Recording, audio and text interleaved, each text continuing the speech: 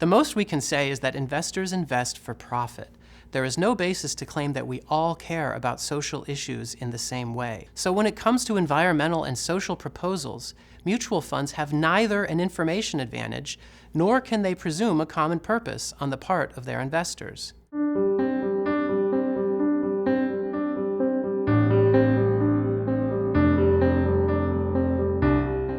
You or someone you love probably owns a mutual fund. What's a mutual fund?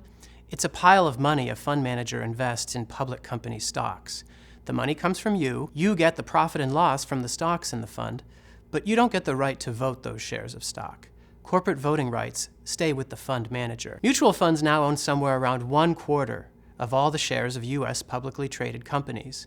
The gains and losses from those shareholdings go to the mutual fund investors, but the right to vote those shares stays with the funds. In other words, 1/4 of U.S. public company shares have separated voting rights from economic rights, and that's a problem. How should fund managers vote the shares they hold for the benefit of you, me, and other investors?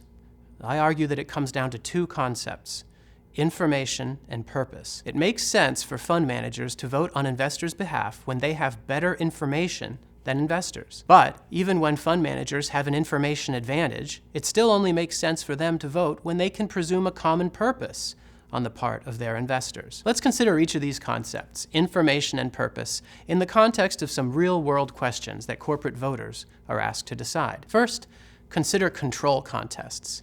These are proxy fights, merger proposals, and takeover offers.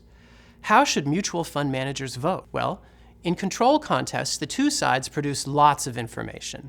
They have different business ideas and different financial models.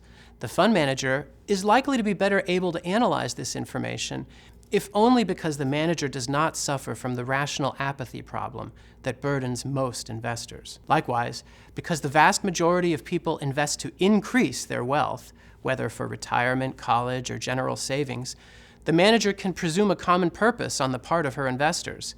That is, wealth maximization. So a control contest presents a situation in which a fund both has an information advantage and can presume a common purpose, and therefore should vote on behalf of its investors. Now, consider an environmental or social proposal.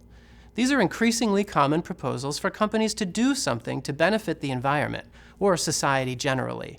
Think climate change or board diversity. Social proposals are short, and they do not come with the complex financial models.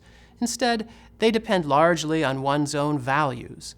But information about investors' values does not reside with the fund manager. Rather, it resides with the individual investor. Moreover, once we're talking about values, it's clear that we can no longer presume a common purpose on the part of investors. The most we can say is that investors invest for profit. There is no basis to claim that we all care about social issues in the same way. So when it comes to environmental and social proposals, mutual funds have neither an information advantage, nor can they presume a common purpose on the part of their investors. Now, sometimes people argue that social proposals aren't really about values. They're about profitability. But if that claim were true, why would companies resist social proposals? Companies have strong incentives to do everything that increases corporate value. They also have better information about their business than any outsider.